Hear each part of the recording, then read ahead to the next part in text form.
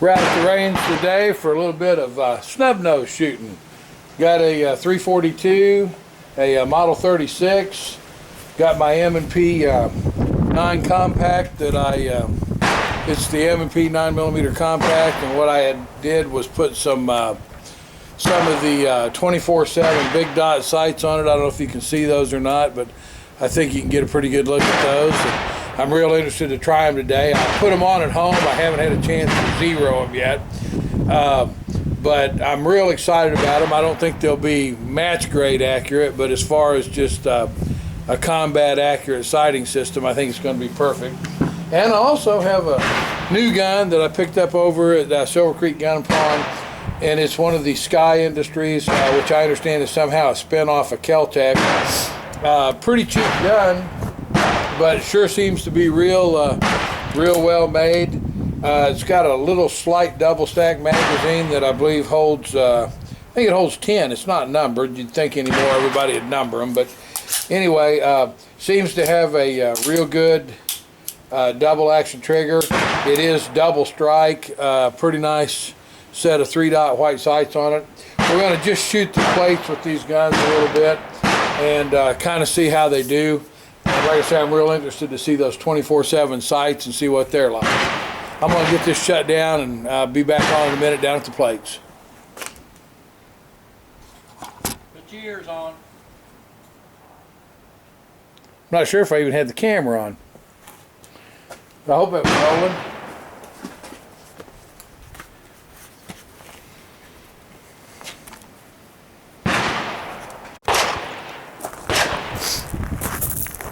This will be the SCCY at 7 yards.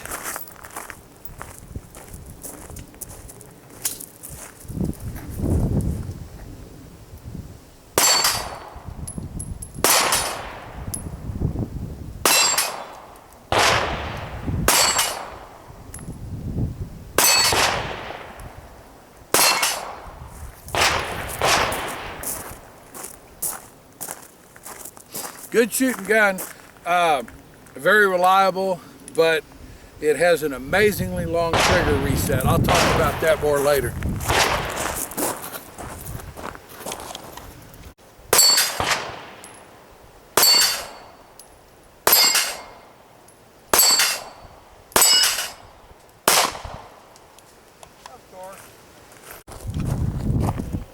All right, this is the SCCY CPX-2, 7 yards.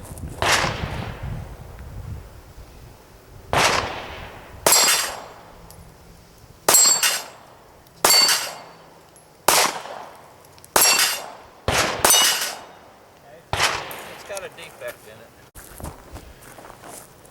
All right, this is the SCCY CPX-2, 7 yards.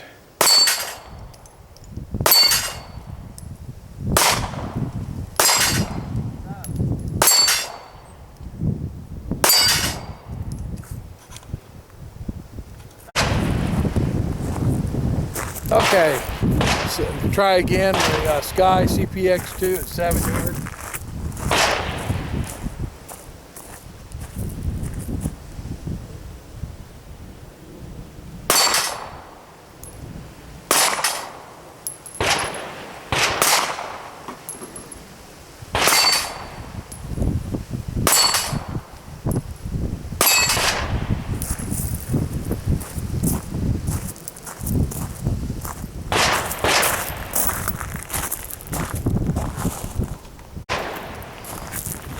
All right, 7 yards, SCCY CPX-2.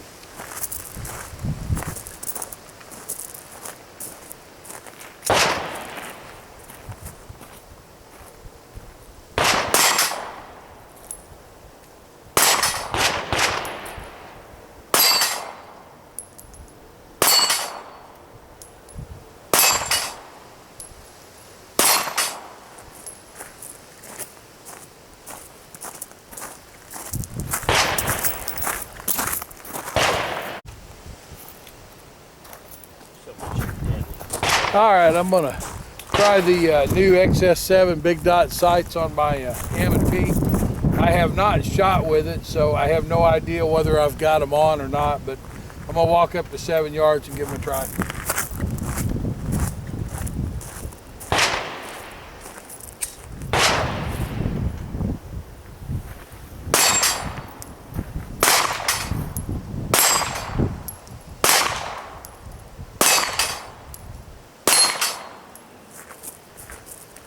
Usually the miss was me.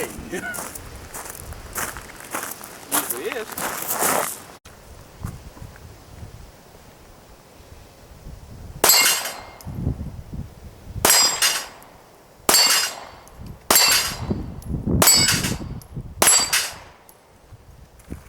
Don't like them, huh? I don't know how a guy can miss with those.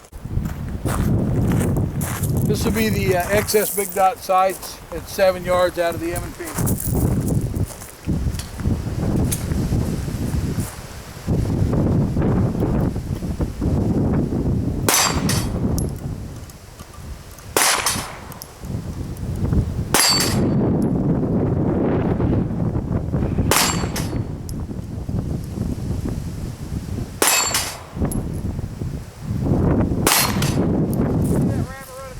Yeah, I did. I thought about trying to wing him, but I don't have a hunting license. I'm amazed you were able to stop yourself. Shoot. Them sticks kick in. Not going to keep you long. The main purpose of my trip today was to review the Sky, SCCY, I guess it's pronounced Sky. It looks like Sicky to me, but I think it's Sky, and there's some rumor it had something to do with the Sky Vodka Company or something. That's why they changed the spelling. I don't know. Anyway, it's a really, really nice gun. Does lock open on the last shot, by the way. As you can see out there, pretty accurate at 7 yards. We shot it a little bit at the plates. Never could get down to the paper targets today. There was a lot going on at the range, and so plate shooting was about all we did. A little bit at 7, a little bit at 15. It's a good gun. It's got nice clear sights. It is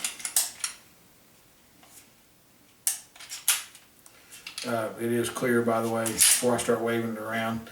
Anyway, it's got nice clean sights on it. It's a 3-dot system, pretty traditional anymore. Big sights though. Good comfortable grip. The biggest thing that confuses me about it is exactly what it's supposed to compete against, because this is my M&P compact, and as you can see, they're virtually identical in size. The M&P looks like it is maybe a ½ inch longer. Grip length on them is about the same.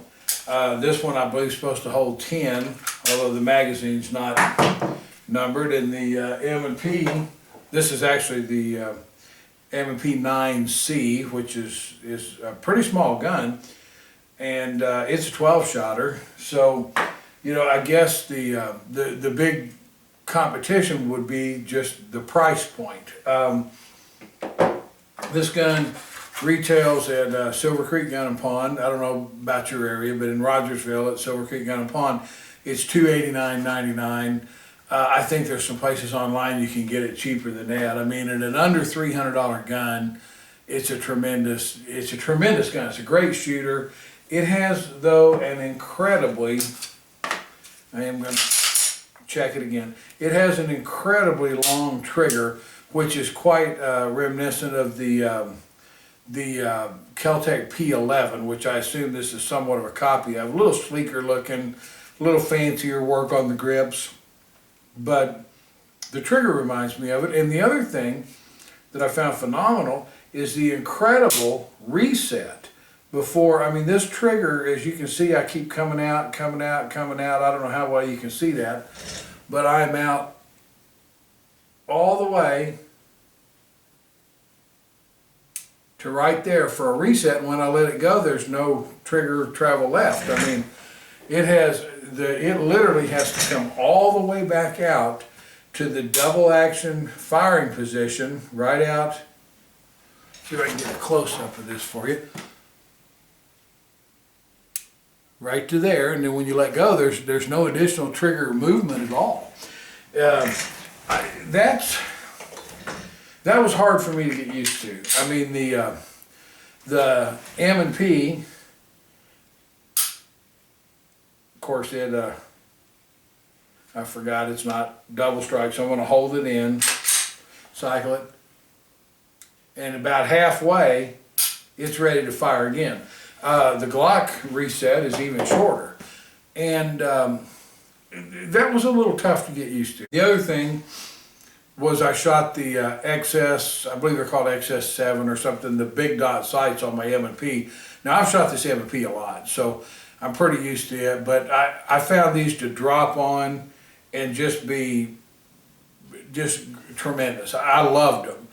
I did not use the Loctite that came with them, and the screw did come loose and the sight moved, so I am going to find my kit that came with it and put the Loctite on it. It actually said to even put it underneath the sight, and I am going to do that. But this was tremendous. I mean, you could just pick it up like that. I mean, it was just incredible. And it's calibrated at 7 yards. I just put the BigDot right in the center of the plate and just pulled the trigger. And I mean, it just was automatic. At 15 yards, I had to hold about 3/4 of the way up an 8-inch plate. Still, it was tremendous. Never shot it at 25 yards, so I don't know what it'll do there. But I think these things are a tremendous value. I mean, they were a little over $100 retail, and it's a Trigicon, I believe. It's a Trigicon tritium insert in it. Like I say, if you've got a gun that's an everyday carry like this is for me, I highly recommend those sights. They're just phenomenal. If you like my stuff, I'd appreciate it if you click like, if you'd subscribe. It'll help me if I ever do decide to start advertising or anything. And take a look at my holsters, www.FightNGear.com. Pretty much all I make is an inside the waistband holster anymore. I just don't get any calls for the other stuff. I am working on some all Kydex stuff. I was playing around with this one today. This is actually a pocket holster for my M&P. It's just basically a sleeve. It comes off just with your finger right there. I actually carry my MP Compact in my jeans a lot, but then I'm a big guy with big pockets. Probably wouldn't work for everybody. Anyway, take a look. www.FightN, just the letter N, gear.com.